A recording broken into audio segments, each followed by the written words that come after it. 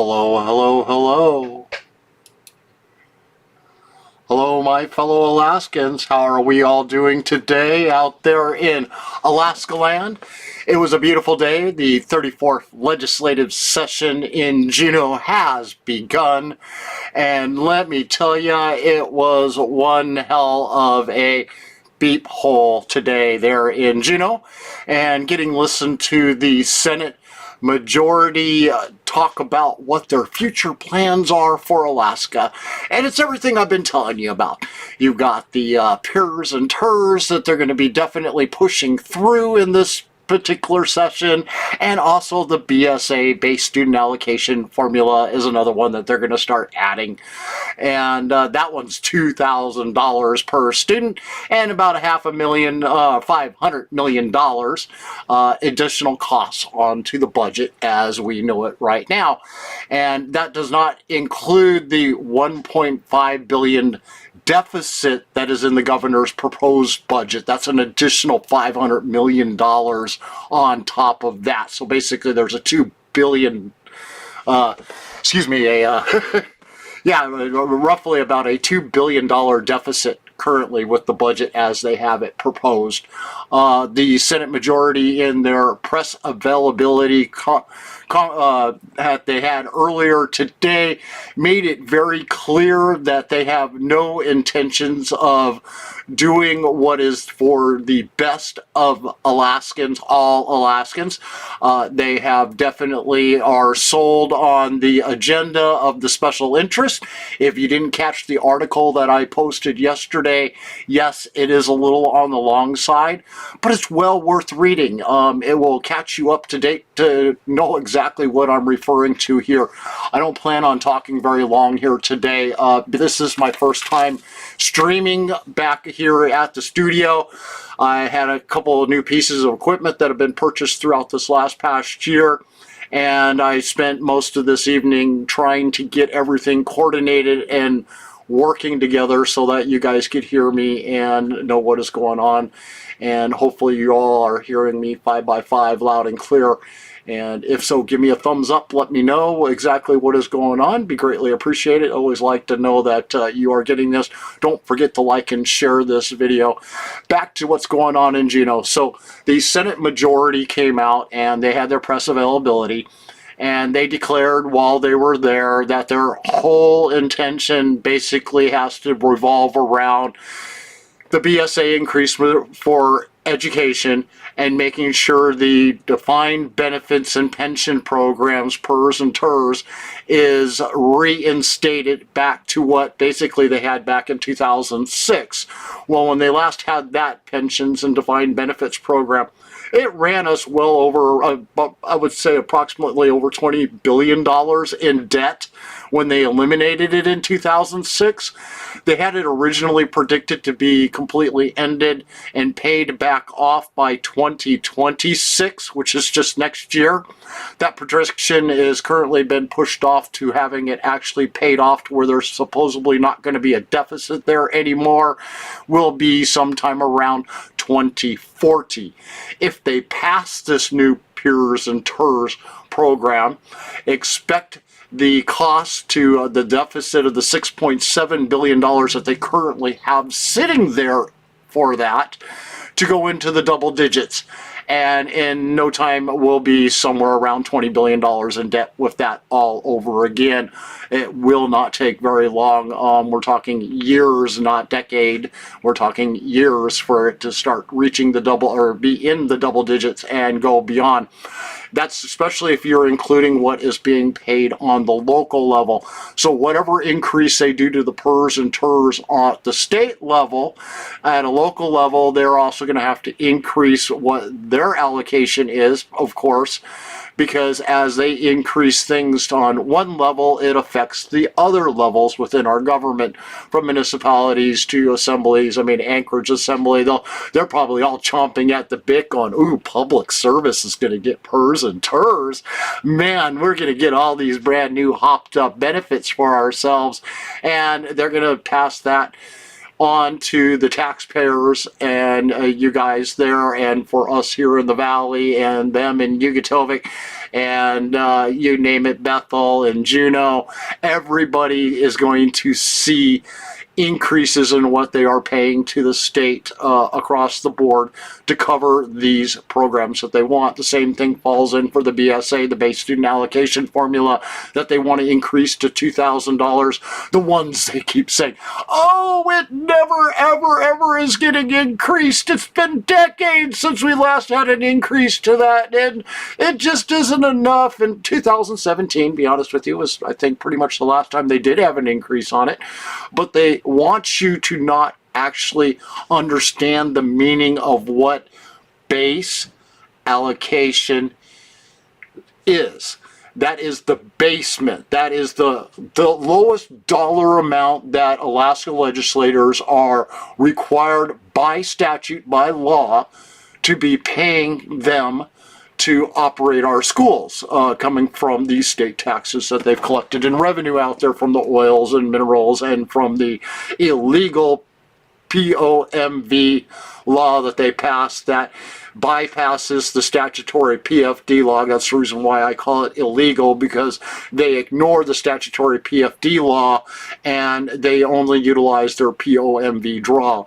And that's being taken from our earnings reserve account that they move over. It was supposed to, originally, all that was ever done was there was a draw taking out of the ERA and moved over into the UGF, undesignated general fund. Trying to keep all these acronyms straight in my head, and it's been a while since I spoke, so it's just, bear with me if I stumble just a bit trying to get back into the groove of things again. And now that money gets put into there. And what they have been doing for nearly a decade now, since Governor Walker had stolen our first PFD, is they're taking what they pull out in that POMV law that they passed to subvert the PFD statutory formula that they're supposed to be following, and they utilize the bulk of that money to pay for government services, the special interests out there, the ones I love calling the special interests to save time, because the list of who they are is many and lengthy. Now, these special interests are all chomping at the bit because this BSA increase that they're asking for, and the PERS and TERS, they know that they don't have to worry about where that money is going to come from because of the POMV draw. They still have a portion of our permanent fund dividends that we are seeing, which is about 25% every decade for the last decade. That's what we've been seeing of what our statutory PFD is supposed to be, about 25%. And they've been using the other 75% of what should be paid to us under the statutory formula and giving it to government services. So they're catering to the top 20% out there, making sure their salaries are well padded, and there's tons of money walking into their pockets with no accountability for how well they do. I mean, Alaska, worst in the nation for education, one of the worst, and at 3 times the cost of anywhere else. And this is before they want to do this BSA increase, and they want more money with absolutely no accountability for how they spend that money. Currently, our school system is oversized and needs to be reduced. There is a lot of school closures that need to be happening, and not just we're going to put 7 of them up on the chopping block, and by the time we get done arguing and listening to all the parents whine and cry out there, and all the teachers and administrative staff and NEA of Alaska and Alaska AFL-CIO and all the rest of them all jump on the bandwagon, putting it out on the airwaves. Oh my God, you just don't care about the children, as they're keeping half-empty schools open in a populated area. Now, these half-empty schools, if they were to eliminate, say, Anchorage was actually to do what they should do, there'd be like 5 schools being closed down. Fairbanks is looking at 6 schools, I believe, currently are on the chopping block. They would be eliminating all of them and taking those students and those teachers and moving them into the half-empty schools that they have all over the place. And these students and these teachers would move over, so their jobs would still be there. And the administrative bureaucracy that sits underneath those teachers and those students will be eliminated from those schools that get closed, which will substantially reduce the costs that our schools are having to pay, which puts more money in their pockets for their teachers and for student supplies that they ought to have. And huge chunk of the problem that they keep whining and crying about will be gone without a single dime being spent in their direction. If they really wanted to get smart, they would close down half of the school districts, get rid of the 53 districts, 54 districts that they have out there, and reconsolidate them down to match our borough sizes. So how about 3 of them? We'll have 3 school districts running the entire state of Alaska. I mean, if you were in Hawaii, it'd be 1 district. They're handling a population that's 10 times what we've got, and it's scattered all across different islands. I mean, not much difference other than they're warm and we're cold. But they can do it with 1 school district. I don't know why Alaska has such a problem trying to grasp that concept. I think it all because, you know, places like NEA of Alaska and Alaska AFL-CIO, which is the conglomerate of all these different unions out there, public and some private sectors, but mainly just public sectors is what they really cater to on the big side, the ones that are collecting all the tax dollars coming out of those budgets every year. So to wrap this all up, because I could go on for hours, and I really should go on for hours, but I want to keep this video as short as possible. We got a real shit show, bleep, going on out there in Juneau. The Alaska Senate has organized to where they do have an illegal binding caucus in full control of the majority. So don't be surprised when you see the votes coming out of there aligned perfectly with the agenda of the majority, which is the left-wing agenda to expand public services dollars that go to them. And as for the private sector, where you, pretty much the majority of Alaskans that's not a part of those special interests work in, they have no real plan for us whatsoever. It's all about making sure the government services and the pockets that they line are well taken care of, while the rest of us are sucking hind titty, losing our permanent fund dividends because there's no other way to pay for the bloated government and especially the bills, the 2 that I was mentioning earlier, that they want to pass this year. As soon as they pass them, there is no more PFD. That completely wipes out the POMV draw. The moment our oil revenue drops down to where we're no longer seeing $75 or more a barrel, as soon as it drops below that $75 mark per barrel, that is when Alaska Ledge is not collecting enough oil revenue to cover even just this current budget. And that is the one that we're currently living under, not the one they're wanting to pass next. And the moment it drops below $75 a barrel, then they won't have the money to be able to pay for it. So if they pass these 2 bills this year, the minute oil prices drop back down, they're going to have no way to pay for any of it.